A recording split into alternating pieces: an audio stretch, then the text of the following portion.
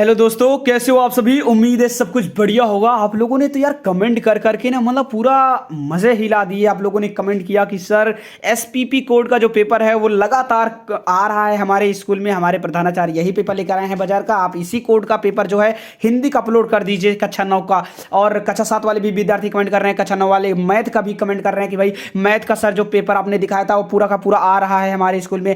तो यार मुझे बहुत खुशी हुई कि हम आपके लिए जो मॉडल पेपर बाजार से खरीद के लाए हैं पैसे खर्च करके, वो निश्चित रूप से आप लोगों के काम आ रहे हैं। और जो मैं हल आपको दे रहा हूं वो भी काफी अच्छा लग रहा है कि आप लोग पूरा हल करके आ रहे हो, बता रहे हो कि सर आपने जो हल दिखाया था पूरा याद किया था और मैंने पूरा पूरा लिख के आया हूं। 95% प्लस अंक आएंगे, तो मजा आ गया। ठीक है, आज हम कक्षा 9 के हिंदी को सॉल्व करके आपको दिखाने वाले हैं। एक एक क्वेश्चन का आपको आंसर दिखाएंगे, तो आप ध्यान से वीडियो को देखते रहिएगा। चलिए शुरू करते हैं। ठीक है, सबसे पहला क्वेश्चन यहां पे है, फोर्ट विलियम कॉलेज की स्थापना हुई कब हुई? 1800 ईस्वी में हुई। निबंध का जनक किसे कहा जाता है? तो दोस्तों यहां पर बहुत सारे लोग रामचंद्र शुक्ल यूज कर लेंगे, आपको मानतेन लगाना है। तो यहां पर गलत ऑप्शन आया है, मोनतेन है। तो हो सकता है आपके अगर ये पेपर आपके स्कूल में आएगा तो वहां पे भी मोनतेन लिखा रहेगा, तो आपको मानतेन या मोनतेन में ही टिक लगाना है। अगर हो सके आप लिख देना कि मोनतेन गलत विकल्प है, मानतेन होना चाहिए। अगर आपका टीचर जब जांचेगा तो वो बड़ा खुश हो जाएगा कि लड़का देखो गलत भी पकड़ रहा है कि यहां पे गलत नाम छपा है। ठीक है, अगला है, हिंदी का पहला नाटक किसे माना जाता है? तो नहुस को। आधुनिक हिंदी की प्रथम मौलिक कहानी, बंग महिला लेखिका है दोस्तों। एक अंक के नाटक को क्या कहा जाता है? एकांकी। ज्ञानेश्वरी शाखा के प्रमुख कवि नहीं है, तो कबीर जो है वो ज्ञानेश्वरी शाखा के प्रमुख कवि हैं। ठीक है, कवि हैं वो पूछा है। अष्टछाप के कवि नहीं हैं, तो दोस्तों नाभा दास जो हैं वो अष्टछाप के कवि नहीं हैं। नरसिंह जी का मायरा किसकी रचना है? तो ये मीराबाई की रचना है। मैं तो गिरधर के घर जाऊं, गिरधर म्यारो साचो प्रीतम देखत रूप लुभाऊं में कौन सा रस है? तो दोस्तों यहां पर श्रृंगार रस है। ठीक है, हे देवी यह नियम सृष्टि में सदा अटल है, रह सकता है वही सुरक्षित जिसमें बल है कि प्रत्येक चरण में कितनी मात्राएं हैं। तो दोस्तों देखो ये मात्रा आपको गिन लेना है, क्योंकि इसमें थोड़ा टाइम लग रहा था मेरे को। ठीक है, और मेरी अभी एक फ्लाइट है जाने के लिए, तो यार मुझे जल्दी से निकलना है। ठीक है, तो आप लोगों को यहां पर ये गिन लेना है। ठीक है, तरानी तनुजा तट तमाल तरवर बहुछाया में कौन सा अलंकार है दोस्तों? तो यहां पे अनुप्रास अलंकार है। ठीक है, मैं आपको पूरा का पूरा हल दे रहा हूं, अभी लांग वाला पूरा का पूरा हल करके दिखाऊंगा। ठीक है, अगला है, शुद्ध वर्तनी का चयन कीजिए। यहां पर अस्थाई जो है वो 4 प्रकार से लिखा गया है, तो यहां पर जो सही अस्थाई होगा वो यहां पे स वाला जो है ये वाला होगा। ठीक है, ओष्ठ का तद्भव बताना है, तो दोस्तों ओष्ठ का तद्भव ओठ होता है। अगम्य का विलोम, अगम्य का विलोम दोस्तों जो है यहां पर दुर्गम्य नहीं होगा, गम्य हो जाएगा। ठीक है, आप इसको एक बार इंटरनेट में देख लीजिएगा, मैंने इंटरनेट में चेक किया तो आया नहीं, आप हो सके चेक कर लीजिएगा तो आ जाएगा। अगला है, नीर वार पय आदि क्या कहलाते हैं? तो ये सब दोस्तों क्या है? नीर जो है जल का पर्यायवाची है, तो ये पर्यायवाची है। ठीक है, निडर का समास विग्रह क्या होगा? तो निडर का क्या हो जाता है दोस्तों? निर्धन डर। ठीक है, निडर। ठीक है, ये होता है आई थिंक, अगर आप लोग देख लीजिएगा निधन डर भी हो सकता है। इसको आप यूट्यूब मतलब अपने तरफ से देख लीजिएगा। ठीक है, रविंद्र का संधि विच्छेद क्या हो जाएगा? रवि धन इंद्र हो जाएगा। ठीक है दोस्तों, रामेण रूप है राम का, तो तृतीया विभक्ति एक वचन। गच्छन्ति रूप है गम धातु का, तो यहां पर दोस्तों याद रखना लंग लकार प्रथम पुरुष बहुवचन दिया गया है। यहाँ पे लंग लकार नहीं होगा बल्कि लट लकार होगा, क्योंकि यह वर्तमान काल में चलता है। गच्छति गच्छता गच्छन्ति। ठीक है, तो गच्छन्ति गच्छति गच्छता गच्छन्ति यानी यहाँ पे प्रथम पुरुष का है, बहुवचन है और लट लकार है। ठीक है, बाकी कहीं भी ऑप्शन नहीं था, ये लट लकार जो है यहाँ पे एक वचन दिया गया था तो बहुवचन होगा। ठीक है, आप लोग इसको अगर आपको ये पेपर मिले तो वो भी बता दीजिएगा कि यहाँ पे लंग लकार ना होकर के लट लकार होगा। ठीक है, क्री धातु विधिलिंग लकार मध्यम पुरुष द्विवचन का रूप क्या है? तो क्री धातु में यार दोस्तों यहाँ पे क्या बनेगा? मध्यम पुरुष में जाके जैसे पठत पढ़ता पठंती, पठस पठथा पठत जाकर के यहाँ पर तो विधिलिंग लकार है, यानी चाहिए के अर्थ में जो होता है, तो वहाँ पे हो जाता है, वहां पर रूप चलता है पठत पठताम पठंतु। तो यहाँ पर मध्यम पुरुष पूरा पठत पठताम पठंतु, पठ पठतम पठत। तो देख लीजिएगा पठ पठतम, पठतम शायद आता है तो यहाँ पे कुरियातम हो जाएगा आई थिंक। तो यहाँ पर आप एक बार देख लीजिएगा। ठीक है, अगला यहाँ पर खंड खा है, दुनिया में 2 अमोघ शक्तियां हैं, शब्द और कृत। इनमें से कोई शक नहीं है कि शब्दों ने सारी दुनिया को हिला दिया है, किंतु अंतिम शक्ति तो कृत ही है। महात्मा जी ने इन दोनों शक्तियों की असाधारण उपासना की है। कस्तूरबा ने इन दोनों शक्तियों में से अधिक श्रेष्ठ शक्ति कृत की नम्रता के साथ उपासना करके संतोष माना और जीवन सिद्धि प्राप्त की। अब ये खंड खा है, इसके ऊपर आधारित आपको प्रश्नों के उत्तर देना है। और ये वाला जो पैराग्राफ है, पिछली बार जब हम मॉडल पेपर डाले थे कक्षा 9 का सेट 3 सेट 3 उसमें भी ये आया था। तो ये वाला पैराग्राफ बहुत ज़्यादा मोस्ट इंपॉर्टेंट है, ठीक है। आपको लिखना है उपयुक्त गद्यांश के पाठ और लेखक का नाम बताना है, रेखांकित अंश की व्याख्या करना है, कस्तूरबा ने किस शक्ति की उपासना करके संतोष का अनुभव किया है, तो ये भी आपको बताना है। तो आप इसमें से देख लीजिएगा, मैं आपको अथवा वाला हल कर देता हूँ। अथवा में है, वही हरा भरा मैदान था, वही सुनहली चांदनी एक निःशब्द संगीत की भांति प्रकृति पर छाई हुई थी, वही मित्र समाज था, वही मनोरंजन के समान थे, मगर वहाँ हास्य की ध्वनि थी, वहाँ अब करुण क्रंदन और असुर प्रवाह था। ठीक है, इसका पूरा का पूरा यहाँ पर पाठ का नाम, गद्यांश, लेखक का नाम, रेखांकित अंश की व्याख्या, वहाँ चांदनी कहाँ और कैसे छाई हुई, ये सभी का आंसर मैं दे रहा हूँ। और ये वाला अगले सेट 3 में दे दिया गया है, इसलिए इसको नहीं हल कर रहे हैं, आप सेट 3 देख लीजिएगा। ठीक है, चलिए इसको हल करके दिखाते हैं। तो आप यहाँ पर देख लीजिए, ये वाला पूरा पैराग्राफ यही आया है आप में, और इसके पूरे क्वेश्चन देख सकते हो। 3 आया क्वेश्चन, लेकिन इसमें 5 क्वेश्चन है। आपको पांचों का उत्तर आप यहाँ पर एक एक करके स्क्रीनशॉट लेते चलिए, मैं आपको एक एक करके सरका रहा हूँ। ठीक है, धीरे धीरे आप देख सकते हो, एक एक करके आप लोग यहाँ पर ले लीजिए, स्क्रीनशॉट ले लीजिए। ठीक है, देखो आपको पाँचों दिखा दिया, जस्ट आप स्क्रीनशॉट ले लीजिए। ठीक है, आगे बढ़ते हैं।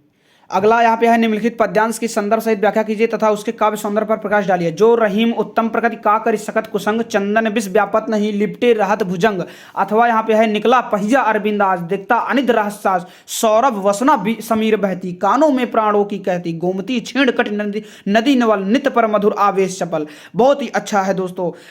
आगे चलिए, मैं आपको इन दोनों का दिखाता हूँ, आपको एक हल कर देता हूँ जो रहीम वाला। ठीक है, तो यहाँ पर देख सकते हो पूरा का पूरा ये वाला दोहा है, और इसका संदर्भ, प्रसंग और व्याख्या तीनों चीज यहाँ पर आप देख पा रहे हैं। जल्दी से आप लोग स्क्रीनशॉट ले लीजिए, आप आराम से पढ़ लीजिएगा। ठीक है, याद कर लीजिएगा। ठीक है, स्क्रीनशॉट ले लीजिए, आगे बढ़ते हैं। याद रखना, इन दोनों में से अथवा है तो एक ही को करना है। ठीक है, 23 का है, निम्नलिखित संस्कृत गद्यांशों में से किसी एक का संदर्भ सहित अनुवाद अपने शब्दों में लिखना है। तो पहला वाला आप देख लीजिए, परम सिद्धो अपि सह सिद्धिनान प्रदर्शनम नोचितुम अमन्यत, एकदः केंचित भक्तेन कसचित महिमा एव वर्णिता, असो महात्मा पादुकाभ्याम नदी तरति इति महतो विस्मयस्य विषया, परमहंसः रामकृष्ण मंदम आहसत अवदत च, अस्या सिद्धे मूल्यम पड़द्वय मात्रम पड़द्वयन नौकयः, सामान्यो जना नदी तरति, अनयः सिद्धयः केवलम पड़द्वयस्य लाभो भवति, किम प्रयोजनम एतादृश्या सिद्धे प्रदर्शनेन। यहाँ पर ये वाला जो है परम सिद्ध, जो यहाँ पर महात्मा परमहंस रामकृष्ण है, इस पार से लिया गया है। आप लोग देख सकते हैं, पिछले सेट में भी आया था, इसको हल कर दिया गया था, इसलिए अब की बार ये वाला हल करके आपको दिखा रहे हैं। यहाँ पर दूसरे नंबर पे है, श्री कृष्ण से जन्म भाद्र पक्षमासस्य कृष्ण पक्षस्य अष्टमयायाः अष्टम्याम तिष्ठो मथुरायाम अभवत, मध्यरात्रे यदायम उत्पन्नः जाता तदा आकाशे घटा टोपः मेघा मुसलाधारा वर्षा कुर्वन्, तदा रात्रि अंधकार पूर्णा आसीत्, परम वासुदेवा पुत्र रक्षार्थ शब्दो जातम तद आदाय उत्तलालत रंगड़ाय यमुनाम उत्तरीय हृदय वल्लभा अभवत। तो यहाँ पर आपको इसका पूरा आंसर दिखाता हूँ, इसका हिंदी अनुवाद क्या होगा। तो देख सकते हैं, ये वाला पूरा का पूरा पैराग्राफ आप में आया हुआ है, और इसका जो संदर्भ प्रसंग है वो आप यहाँ पे अनुवाद देख सकते हैं, और प्लस में प्रसंग देख सकते हैं। ठीक है, पूरा का पूरा आप लोग यहाँ पर स्क्रीनशॉट ले लीजिए, आगे बढ़ जाते हैं।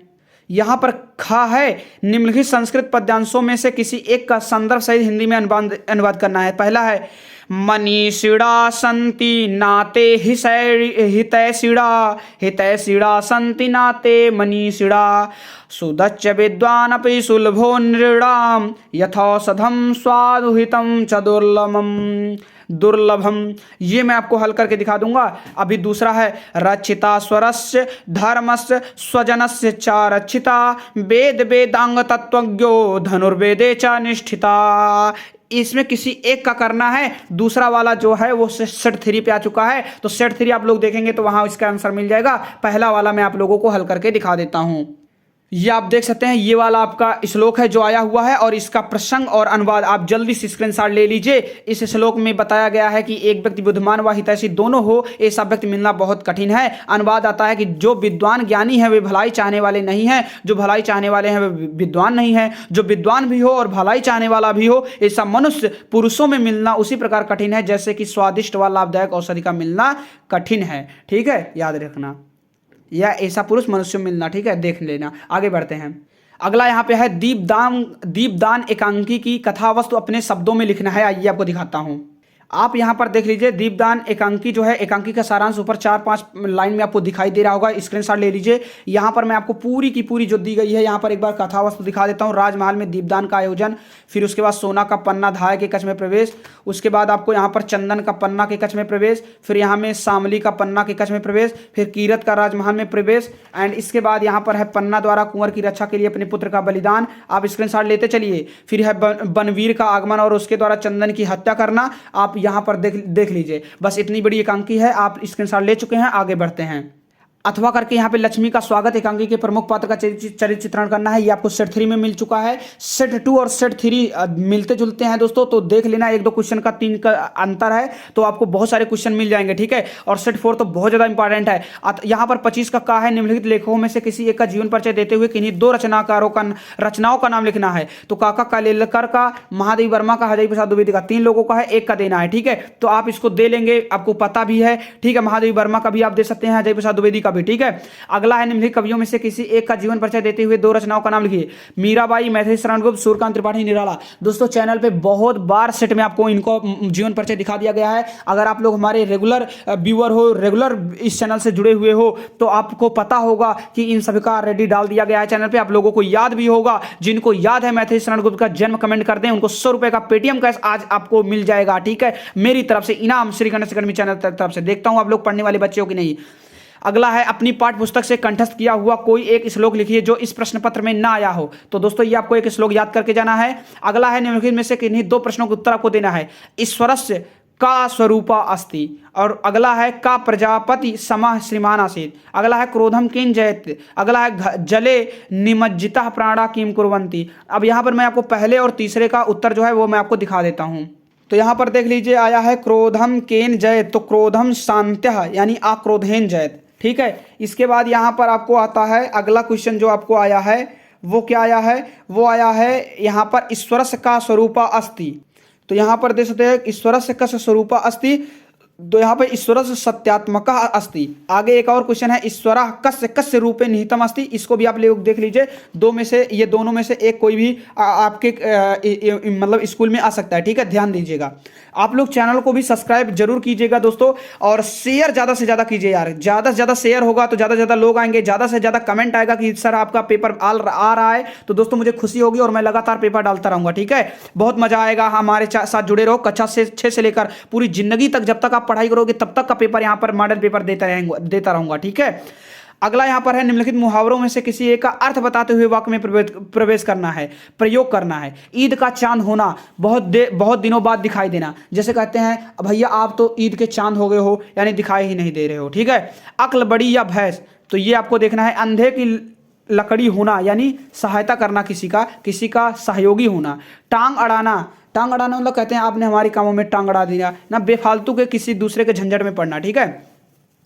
निम्नलिखित में से किन्हीं 2 वाक्यों का संस्कृत में अनुवाद कीजिए। वे दोनों लड़के घर गए, सीता तीसरी कक्षा में पढ़ती है, राम पुस्तक पढ़ता है। तो राम जैसे पुस्तक पढ़ता है तो रामः पुस्तकम पठति हो जाएगा। वह कहाँ जा रहा है, तो वह कहाँ जा रहा है, सः कुत्र गच्छति। वह कहाँ जा रहा है, सः कुत्र गच्छति, वह कहाँ जा रहा है, ठीक है। फिर है तुम वन जाओ, ठीक है, ये आप देख लीजिएगा। तो इसमें 2 ही वाक्य करना था, तो राम पुस्तक पढ़ता है और वह कहाँ जाता है, मैंने कर दिया। इसके बाद है प्रधानाचार्य को छात्रवृत्ति के लिए आवेदन पत्र लिखिए और उसमें अपने घर की स्थिति को भी स्पष्ट कीजिए। अथवा करके सहायक अध्यापक पद के लिए पत्र शैली में शिक्षा निदेशक के नाम आवेदन पत्र लिखिए। तो दोस्तों यहाँ पर मैं आपको प्रधानाचार्य को छात्रवृत्ति के लिए दिखा देता हूँ, ठीक है। तो ये आप लोग देख लीजिए, अच्छे से स्क्रीनशॉट ले लीजिए। पहले आपको लिखना है सेवा में, फिर लिखना है प्रधानाचार्य महोदय, आदर्श माध्यमिक विद्यालय सिद्धार्थनगर, जैसे यहाँ पे लिखा है तो आपको अपने विद्यालय का नाम लिखना है। इसके बाद आगरा, आपको अपने जो जिला है उसका नाम लिखना है। इसके बाद विषय लिखना है शुल्क मुक्त हेतु प्राप्त करने हेतु प्रार्थना पत्र। उसके बाद महोदय सबने निवेदन है कि मैं कक्षा 9वीं का छात्र हूं, मैं सदा विद्यालय में अच्छे अंकों के साथ उत्तीर्ण हुआ हूं, पिछले कई वर्षों से मैं लगातार कक्षा में प्रथम आ रहा हूं, ऐसा ऐसा करके जो यहाँ पर लिखा गया है आप इसका स्क्रीनशॉट ले लीजिएगा। यहाँ पर केवल जहाँ पर वो बंदा अपना नाम लिखा रहेगा वहाँ आपको अपना नाम लिख देना है, ठीक है। बस इसके बाद आपको बस ऐसे देख लेना है, यहाँ पर अंतिम में भावदी आपका आज्ञाकारी शिष्य, यहाँ पर जो अंकुर गुप्ता लिखा है आपको अपना नाम डालना है, फिर कक्षा 9 लिख के आपका आ हो या बा हो या सा हो वो डाल देना है, फिर आपको अपना दिनांक डाल देना है। ठीक है, बस आपका काम खत्म और पूरा का पूरा पेपर आपका हल हो जाएगा। 90-95% अंक आपको मिल जाएंगे। अब आपको अगर वीडियो पसंद आई हो तो देखो दिल से भाई, देखो मैं वीडियो बना रहा हूं, इतना ज्यादा वर्क करता हूं, एक लाइक तो बनता है, लाइक कर दो, सब्सक्राइब कर लो, जुड़े रहो, ज्यादा से ज्यादा शेयर करो। आपके रिश्तेदार, आपके संबंधी कोई भी अगर पढ़ रहा है तो उसको ये चैनल भेजो कि यहां पर मॉडल पेपर पहले मिल जाता है, जिससे वो भी फायदा उठा सके इस चैनल का। ठीक है, मिलते हैं नए वीडियो के साथ में, तब तक के लिए जय हिंद, वंदे मातरम।